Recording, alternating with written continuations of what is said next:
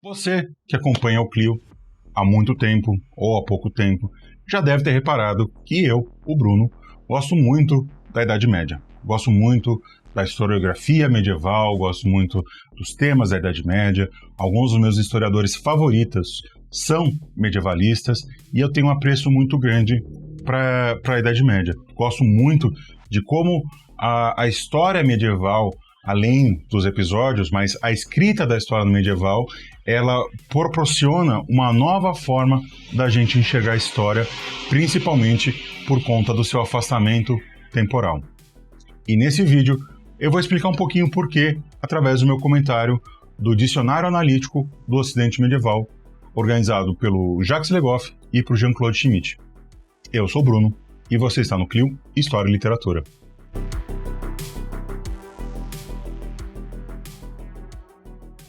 Sejam todas e todos muito bem-vindos a mais um episódio aqui do Clio História e Literatura no YouTube.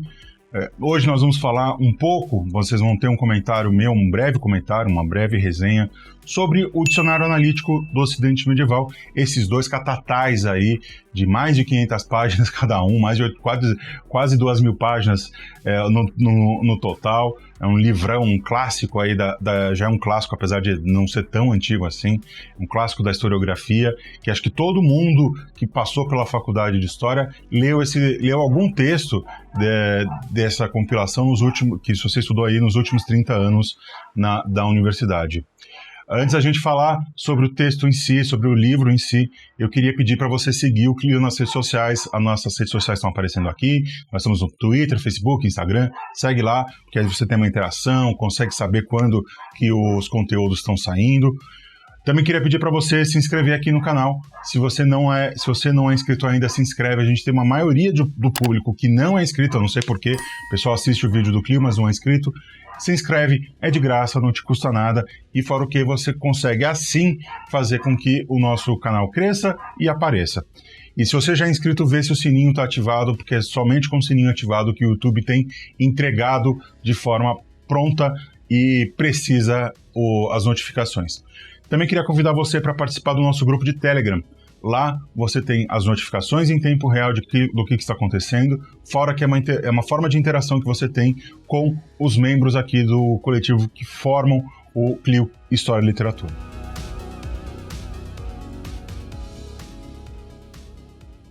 O Dicionário Analítico do Ocidente Medieval, ele é um volume, são 2 volumes, né? São um dicionário que ele é dividido em 2 partes. Ele foi organizado tanto pelo Le Goff quanto pelo Jean-Claude Schmitt, e ele pode ser considerado uma pequena revolução na historiografia de forma geral, principalmente na historiografia medieval, aquela que estuda a Idade Média, mas a historiografia de forma geral. O Dicionário Analítico do Ocidente Medieval, assim como a coleção da História da Vida Privada, que foi dirigida por outro grande medievalista, o Georges Duby, esses 2 volumes representam uma mudança de perspectiva em relação à história e à historiografia. Por quê? Não sei. No História da Vida Cotidiana, História da Vida Privada, ele observa um objeto histórico que não é muito comum, que é a vida usual das pessoas. A minha vida, a sua vida, como que essa relação do cotidiano se apresentava. Então, é um campo da história que tem pouquíssimo documento. Então, você precisa fazer um exercício de heurística e hermenêutica muito forte para conseguir entender o que está se passando ali. Já no dicionário do Ocidente Medieval, do Dicionário Analítico do Ocidente Medieval, eu sempre penso que é dicionário temático do Ocidente Medieval, mas é analítico. Ele pensa que ele é construído de uma forma que, em vez de pensar por grandes nomes ou grandes eventos, ele se usa de pequenos verbetes. Ou seja, você quer saber o que significa amor cortês. Você vai lá, tem um texto explicando o que é o amor cortês. Você quer saber o que significava Jerusalém para os medievais. Tem um verbete sobre Jerusalém. Ou seja, quando eles pegam aqui a história, os processos históricos da história, em vez de tratar como uma massa amorfa, como um grande episódio, como um grande processo, eles quebram, os autores aqui do livro, dos artigos que formam o Dicionário Analítico do Ocidente Medieval, eles quebram em temas, fazendo assim uma história que é muito mais transversal. Ou seja, em vez de pegar uma história que é feita de grandes nomes ou de luta de classes, né, do conflito da luta de classes, ele transforma a história em transversal. Então, o Jerusalém, por exemplo, ele pega o que significa o Jerusalém para os ricos, para os pobres e para o clero.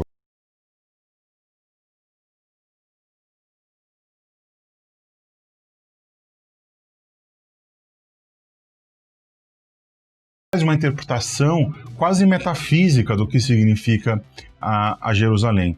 Fora o que é uma forma de você fazer história que ela, por conta do afastamento histórico, são fontes que elas são muito mitigadas, elas são muito recortadas e espaçadas no tempo. Fora que, se a gente pegar como a historiografia vinha sendo feita até então, né, eu acho que o Dicionário Analítico do Ocidente Medieval ele é o grande troféu da Nouvelle Histoire, que é proposta pelo Le Goff, né? A História Nova, que é proposta pelo Le Goff e pelo Pierre Nora. Ele é o grande campeão da História Nova. Ou seja, você se utiliza de outras fontes, você utiliza de outros aspectos teóricos para fazer uma análise histórica. Você usa, por exemplo, filósofos pós-modernos, você usa a questão da própria linguística, da própria semiótica, da estudo das imagens. É um campo que vai se abrindo pela Nouvelle Histoire, que é muito importante, que ela dá uma amplitude maior para o historiador, para o estudioso. Ele não tem que ficar preso a simplesmente documentos escritos, a documentos da diplomática, ou o que é pior, né, você ficar apenas nos grandes nomes e nos grandes feitos. Quando você diminui ou você afasta essa questão, você afasta essas questões da diplomática, desse fluxo contínuo de processo histórico e se foca principalmente em temas, você consegue fazer uma decodificação da história e uma escrita da história muito mais aproximada, pelo menos do meu gosto pessoal e do jeito que eu gosto de pensar a história. Eles pensam aqui a história muito mais como um processo, como um grande fluxo de longa e curta duração, do que simplesmente como ruptura e continuidade. Eles pensam aqui a história como um processo mesmo. Quando você pensa em processo, você pensa em multiplicidade. Você não tem apenas uma causa, apenas uma questão envolvida. Você tem diversas. E essa multiplicidade, essa diversidade, acaba abrindo novos horizontes. O Dicionário Analítico do Ocidente Medieval, em vez de trazer respostas, ele traz mais perguntas quando a gente lê. Ele, a partir da leitura dele, você consegue expandir cada vez mais o seu conhecimento e expandir cada vez mais as perguntas que você pode fazer para a história medieval. E para quem é recomendado esse livro? Bom, é recomendado principalmente para quem trabalha com história. Para quem é historiador, ou para quem é professor de história, ou para quem vai fazer algum tipo de pesquisa histórica. Seja ela medieval ou não. Por que medieval ou não? Porque pela análise historiográfica, ou seja, pela análise da escrita da escrita da história que está presente aqui no dicionário, você consegue ter um molde teórico e de como deve ser feita a escrita da história. Então ele é muito recomendado para você que quer fazer algum tipo de pesquisa histórica. Eu diria mais, se você não tem formação histórica e por algum motivo você quer fazer pesquisa histórica, talvez esse seja uma boa porta de entrada, juntamente com a Apologia da História do Mark Bloch, para você entender o que é a escrita da história. Se você é um curioso e você quer entender o que foi a Idade Média, eu não recomendaria tanto esse livro, porque ele não fica na chave da curiosidade. Ele já se baseia que você tem alguns conhecimentos prévios em relação a história. Ele não vai ficar esmuiçando as cruzadas, por exemplo. O capítulo de cruzadas, ele não vai ficar falando o que foi cada uma das cruzadas, das 9 cruzadas, o que é cada uma delas. E sim, explicar o que era o espírito de cruzada, como é que a cruzada atinge na mentalidade das pessoas. Aliás, a palavra mentalidade é muito importante, porque ela aparece muito como uma forma de se fazer história. A história das mentalidades é muito posta aqui no Dicionário Analítico do Ocidente Medieval. Então, principalmente para você que quer trabalhar com história, seja você professor, seja você historiador, ou seja você os dois, eu recomendo muito a leitura. Mas que tipo de leitura? Uma leitura que você lê ele de uma vez toda, assim, senta e vai lendo e vai... Você pode sim fazer essa leitura. Porém, o que eu acho mais recomendado é você usar ele como um dicionário mesmo. Ou seja, um livro de consulta. Ele não é um livro para você carregar debaixo do braço e ficar lendo a todo instante. Ele é um livro para quando você tiver alguma dúvida, tiver algum questionamento, não lembra de algum conceito, vai lá e procura esse texto. Ele serve como um dicionário e como um manual também, dessa forma. Manual aqui entende-se como aqueles livros clássicos que a gente precisa ler para entender alguma coisa. E no caso aqui, é a historiografia. Aliás, o Jacques Le Goff também escreveu História e Memória, que é um livro fascinante sobre o que é a história, o que é memória, e tem outros artigos lá, e também é um livro de historiografia, recomendo muito que você leia. É preciso notar que a edição brasileira mais atual, que é pela editora da Unesp, ela é um primor, tem uma tradução muito bem feita, com historiadores medievalistas mais gabaritados que se debruçaram sobre esse processo de traduzir o dicionário, e tem uma edição de capa dura, com um estojinho para guardar o livro. É um primor, eu recomendo muito que, se vocês forem comprar, ele é um pouco salgado para comprar por conta da editora da Unesp.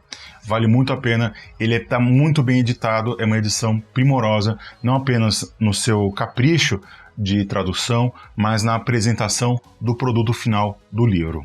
E se você gostou desse livro, se você ainda não tem o dicionário do Dicionário Analítico do Ocidente Medieval, quem sabe você compra ele. Se você quiser comprar ele, tem link na descrição para você comprar ele pela Amazon com desconto. E aí você ajuda o Clio aqui a continuar no ar e continuar produzindo cada vez mais e melhores conteúdos para você.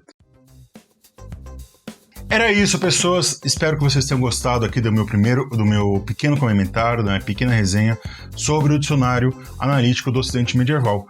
Diz aí nos comentários se você já leu, o que você acha desse texto, se você concorda ou se você discorda de mim. Bora lá continuar construindo esse debate, essa conversa aqui na caixa de comentários. E se você gostou desse vídeo e quer que o Clio continue a se manter no ar, você tem duas formas de ajudar a gente. A primeira é dando aquele joinha e compartilhando esse vídeo para todo mundo que você conhece. Manda no grupo de Zap, manda no seu grupo de Telegram, manda no seu grupo, no grupo de crochê da família, manda pro papai, pra mamãe, pro vovô, pra vovó, pro tio, pra titia, manda para todo mundo que você conhece aí. Espalha a palavra que quanto mais gente vê o Clio, mais o Clio é visto e mais a gente vai crescendo. Outra forma que você tem de ajudar a gente a continuar aqui no ar é através de financiamento. Você pode ajudar o Clio de duas formas. A primeira é através do PicPay. Entrando na plataforma lá em @Clio História e Literatura, se você tiver qualquer centavinho lá sobrando, qualquer R$1, R$2, e não vai te fazer falta, quem sabe manda aqui pra gente. Qualquer valor é muito bem-vindo e a gente usa de uma forma muito positiva esse dinheiro. A segunda forma é através de financiamento coletivo, através do Catarse. Entrando em www.catarse.me/Clio, você conhece a nossa campanha de financiamento, nossas faixas de financiamento, nossos brindes, nossas metas e recompensas. O link está na descrição e no izinho aparecendo aqui em algum lugar dessa tela.